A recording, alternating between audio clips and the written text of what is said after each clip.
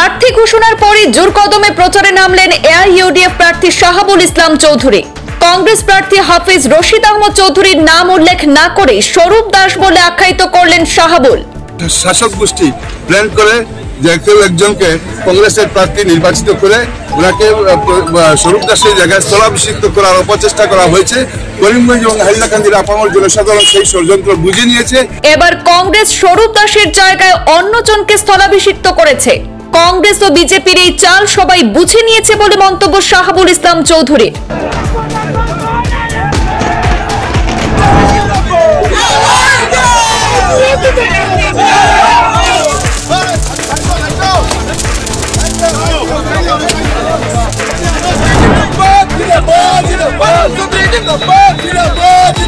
আজ রাতে হাইলাকান্দি জেলার আলগাপুরে উপস্থিত হন করিমগঞ্জ লোকসভা আসনে এআইইউডিএফ এর মনোনীত প্রার্থী শাহাবুল ইসলাম চৌধুরী পারুল। দলীয় মনোনয়ন পেয়ে আজ রাতে তিনি সেখানে উপস্থিত হতেই পারুল চৌধুরীকে নিয়ে উচ্ছ্বাসে মেতে ওঠেন দলীয় কর্মীরা। সাংবাদিকদের মুখোমুখি হয়ে শাহাবুল ইসলাম বলেন, 1.5 লক্ষ ভোটে তিনি জয়ী হবেন। এছাড়াও কংগ্রেস এবং বিজেপির তীব্র সমালোচনা করেন তিনি বলেন, বিগত লোকসভা নির্বাচনে স্বরূপ দাসকে ব্যবহার করে কংগ্রেস ও বিজেপি এআইইউডিএফ এর প্রার্থীকে হারিয়েছে। হাফিজ রশিদ আহমদ চৌধুরীর নাম উল্লেখ না করে স্বরূপ দাস বলে আখ্যায়িত করলেন শাহাবুল।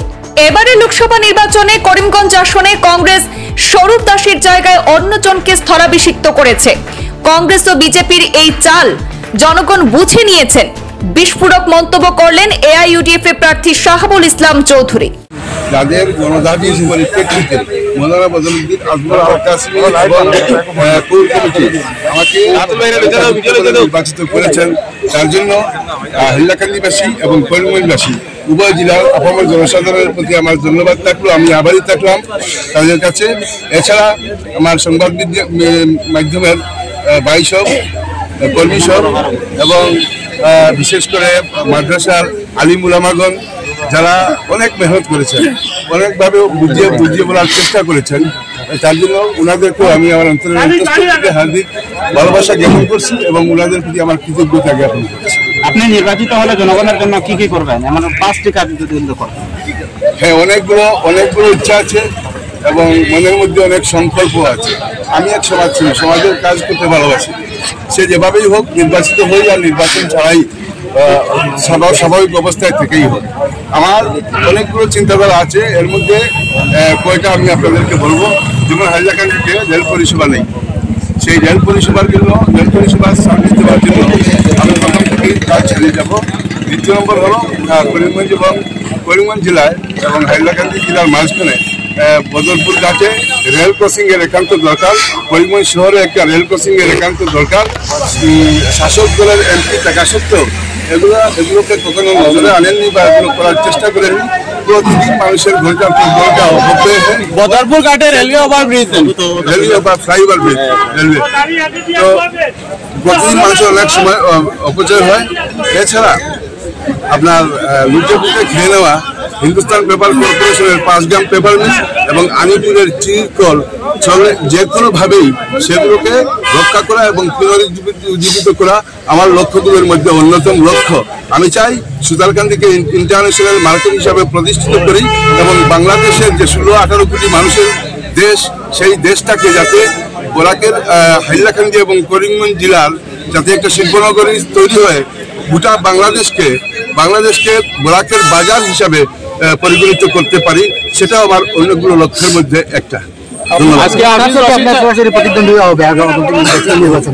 আমাদের প্রতিদ্বন্দ্বিতা হবে বিজেপির সঙ্গে। আগেও বিজেপির সঙ্গে হয়েছিল। স্বরূপ দাসকে প্ল্যান্টেশন করে কংগ্রেসে গত বছর আমাদের প্রার্থী রাধেশ্যাম বিশ্বাস মহোদয়কে মাত্র 15-20 হাজার ভোটের ব্যবধানে পরাস্ত করানো হয়েছিল এই স্বরূপ দাসের মাধ্যমে। পরবর্তীকালে দেখা গেছে এই স্বরূপ দাস বিজেপিতে জয়েন করেছেন। আমরা যদিও বারবার বলেছিলাম যে স্বরূপ দাস বিজেপির প্রার্থী, ডেমি ক্যান্ডিডেট, সে কথা অনেকে বিশ্বাস করেননি এবং দুইজন বিধায়কের প্রচেষ্টায় করিমগঞ্জে বেশ কিছু বুথ পেয়ে যাওয়ার কারণে আমাদের পরাজয় হয়েছিল। এইবার যাতে এটার পুনরাবৃত্তি না হয়, এইবারও শাসক গোষ্ঠী প্ল্যান করে যে কেউ একজনকে কংগ্রেসের প্রার্থী নির্বাচিত করে ওনাকে স্বরূপ দাসের জায়গায় স্থলাভিষিক্ত করার অপচেষ্টা করা হয়েছে।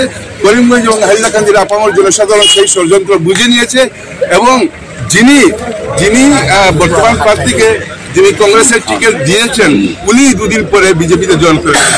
গতিকে গতবারের যে ঘটনা সেই ঘটনার পুনরাবৃত্তি এইবার করিমগঞ্জ এবং হাইলাকান্দির আপামর জনসাধারণ হতে দেবে না। আমাদের সঙ্গে বিজেপির দূরত্ব থাকবে, কম হলেও 1.5 লক্ষ ভোটের ব্যবধানে ইনশাল্লাহ আমরা জিতছি। আজকে হাফিজুর রশিদের রিয়েলিটি শুনলাম এআইডিএফ বিরোধী গান বাজানো হচ্ছে, যেখানে বলা হচ্ছে যে বদরুদ্দিন নাকি বিজেপির সঙ্গে মিলেমিশে হাইলাকান্দিকে লুটে খেয়েছেন। এই ব্যাপারে কি প্রতিক্রিয়া দিতে চান? সরি, আপনার কথা শুনতে পাইনি। আজকে হাফিজ রশিদের রিয়েলিটি শুনলাম যে এআইডিএফ বিরোধী গান বাজানো হচ্ছে, গানের মধ্যে দিয়ে বলা হচ্ছে যে এআইডিএফ সুপ্রিমো বদরুদ্দিন আজমল নাকি বিজেপির সঙ্গে মিলেমিশে হাইলাকান্দিকে লুটপাট করে খাচ্ছেন। কি প্রতিক্রিয়া দিতে চান?